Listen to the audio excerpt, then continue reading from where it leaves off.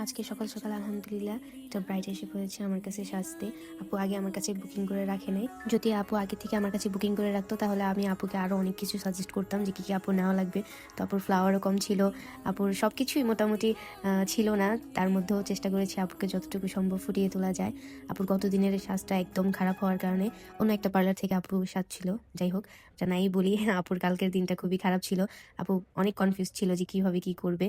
তো আমার কাছে আইসা আপু অনেক সুন্দরভাবে স্মুথলি, এত সুন্দর একটা ফেস, মানে এই ফেস যারা সাজাইতে পারে না ঠিক মতো, মানে কি বলবো, পার্লার দিয়ে বসে কিন্তু সাজাইতে পারে না, অথচ ক্লায়েন্টকে ব্লেম করে। তো কালকে আপুর হলুদ ছিল, এত বাজে একটা সাজ দিয়ে দিছে আপুকে, আপু বাসায় যাওয়ার সাথে সাথে মেকআপটা ধুয়ে ফেলতে হয়েছে।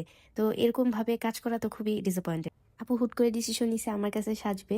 যাই হোক, আপু আমাদের পার্লারে এটা চিনতো না, আমাদের এটা খুবই কাছে, আসবো না আপনারা হাজি ক্যাম্প থেকেও আসতে পারবেন, হজ ক্যাম্প যেটাকে বলে, খিলক্ষেত, এটা এটা থেকেও আমাদের পার্লার একদম কাছে, কাওলা বাজার, মোল্লাবাড়ির সামনে।